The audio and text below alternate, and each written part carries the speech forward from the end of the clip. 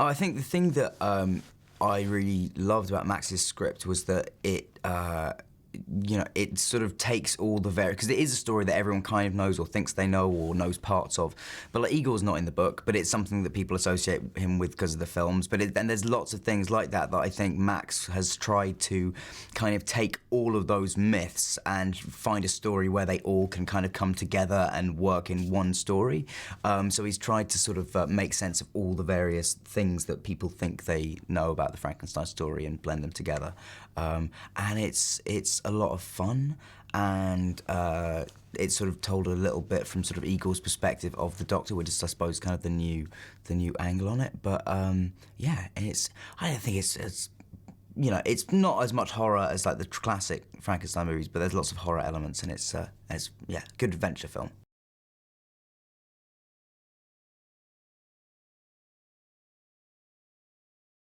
He's not just crazy, because he's the original.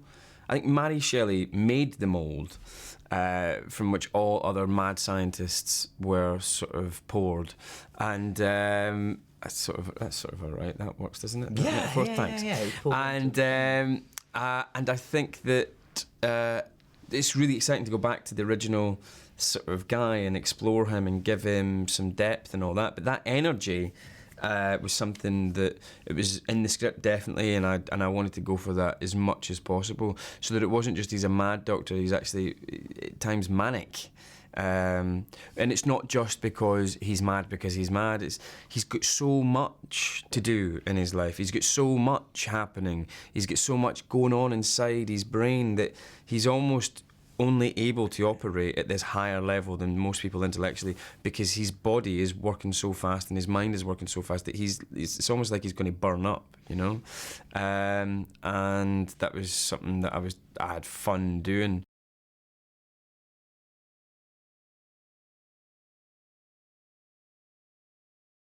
Yeah, I mean, there's something I like, being physical and sort of, using my body and contorting it and, being weird, and I love being weird, and then there was something really fun and challenging about seeing if you can like track a sort of emotional journey and story through somebody's physical development, and there was also something lovely about knowing that I only had to do the physicality at the beginning for like 20 pages of the script, so that then I could really sort of go for it and make it something that was, really painful looking and being, so it was, I enjoyed that aspect of it, and it's a long time since kind of this is the first movie with like proper kind of big action sequences that I've done since Potter, so it was very nice to like get back into some of that stuff and get to do kind of. It's fun, isn't it? Yeah, just like you don't get to do it on every movie. Like when you sort of kid yourself that when you're doing like some nice little indie talky film, you can say, oh, I don't miss that. This is lovely. But then suddenly when you're like getting back on a wire and getting thrown over something, it's like, oh, this is great.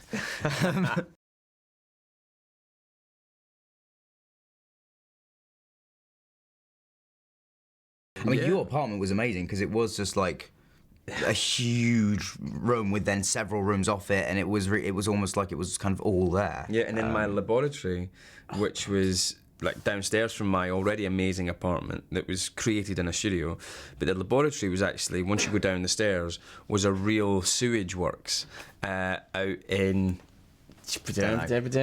out somewhere in the east of London, which was the original Victorian sewer works that sort of cleaned up the whole of the city and got all the sewage going through the sewers, but it still stank of poo. And so my high-tech laboratory where I create my homunculi was in a shithouse. Yeah. Literally, yes. Literally in a beautiful Victorian shithouse. A very famous one where people used to come for miles around. Yeah, I mean, it was a tourist attraction. Honestly, it is stunning. This place is stunning. It's like if you were going to make a dunny, like trust the Victorians to make a beautiful one, with incredible iron wrought sort of machines and things. It's incredible.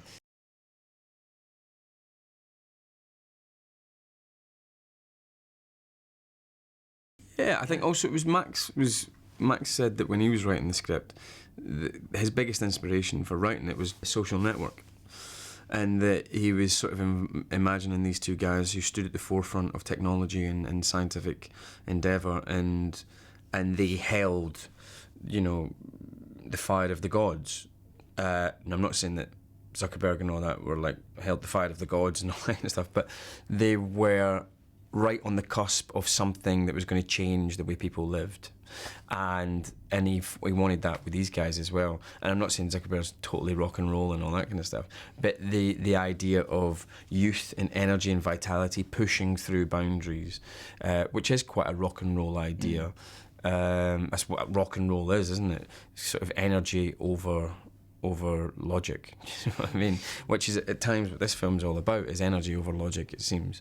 So yeah, if that turned into rock and roll, then I like it.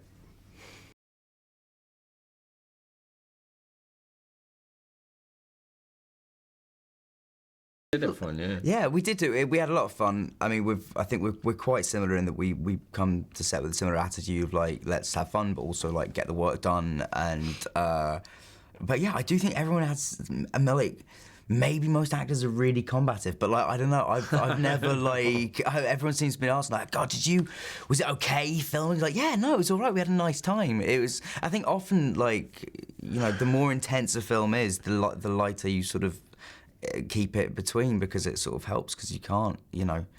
Especially if you're making a film like this as well, which is, it's got to be fun. Like, I don't see if we were taking ourselves completely seriously the whole time and never like, you know, enjoying the work. I don't know how we could make a good version of this.